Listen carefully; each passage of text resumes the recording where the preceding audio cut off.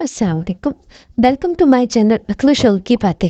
अगर आपको मेरी वीडियो अच्छी लगे तो मेरी वीडियो को लाइक कर दीजिएगा, मेरे चैनल को सब्सक्राइब कर दीजिए और बेल आइकन को प्रेस कर दीजिए ताकि मेरी हर आने वाली वीडियो का नोटिफिकेशन आपको टाइम पे मिल सके। अल्लाह और मेरे पैगम्बर हज़रत मोहम्मद सल्लल्लाहु अलैहि वसल्लम ने मेरी हिफाजत की।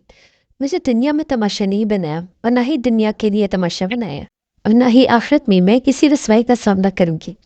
अगर मैं यहाँ मौजूद हूँ तो सिर्फ इसलिए क्योंकि मैं सीधे रास्ते पर हूँ, और यहाँ बैठकर मैं एक बार फिर इकरार करती हूँ कि हज़रत मोहम्मद सल्लल्लाहु अलैहि वसल्लम आखिरी रसूल है। उनके बाद कोई पैगम्बर आया है ना ही कभी आएगा। और मैं इकरार करती हूँ वही पीरे कामिल है। मैं इकरार करती हूँ कि उनसे कामिल तरीन इंसान कोई दुनिया में दूसरा नहीं है, उनकी नस्ल में भी नहीं, उनके बराबर आया है ना ही आएगा।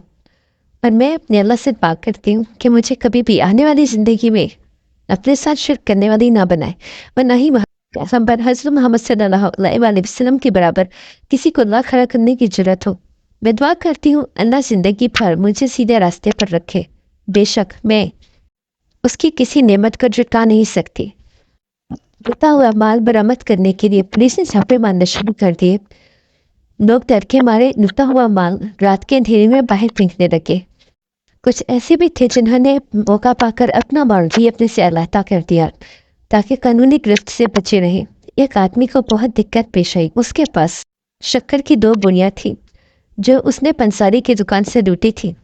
देख तो वो जूं की तू रात के अंधेरे में पास वाले कुएं में फेंक आया, लेकिन जब दूसरी बोरी उठाकर डालने लगा तो खुद भी कुएं में गिर गया।